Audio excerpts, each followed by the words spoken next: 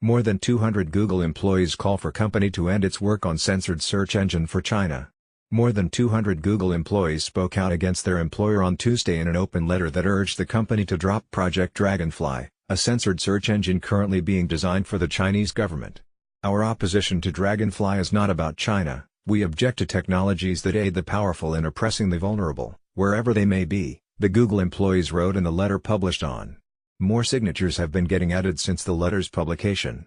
Google employees stated in the open letter that they no longer believe the company was willing to place its values above its profits, and pointed toward a string of controversial actions taken by the company this year, including a collaborative program with the Pentagon to develop artificial intelligence and video imagery to enhance the accuracy of drone strikes, and, as reported by Google's paying out a $90 million exit package to a former executive accused of sexual misconduct.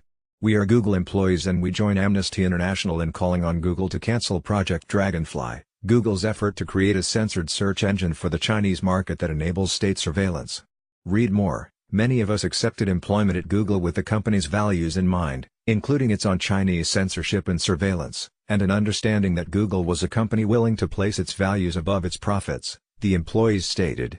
After a year of disappointments including Dragonfly, and we no longer believe this is the case. This is why we're taking a stand. Controversy around Google's search engine for China started in August when online investigative publication on the secretive program. Since then, the program has generated criticism from open internet advocates and Google's own employees. The censored search engine would enable Chinese officials to repress dissent and push its government agenda by censoring activists and spreading disinformation to the country's residents, according to employees. Google had previously taken a enabling censored search engine results in China back in March 2010, but in August the company sought to what seemed to be a profitable market in the country.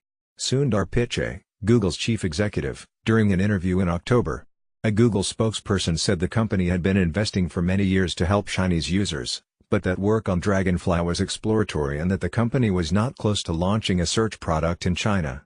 The employee letter comes as Google workers have grown more outspoken about the company's products and its internal culture.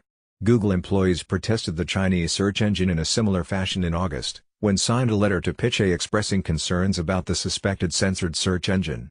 On November 1, Google employees in offices around the world to demand changes to how the company handles accusations of sexual harassment and misconduct.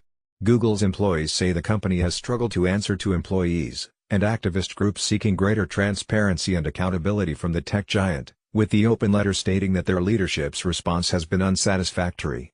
We are among thousands of employees who have raised our voices for months, the letter stated.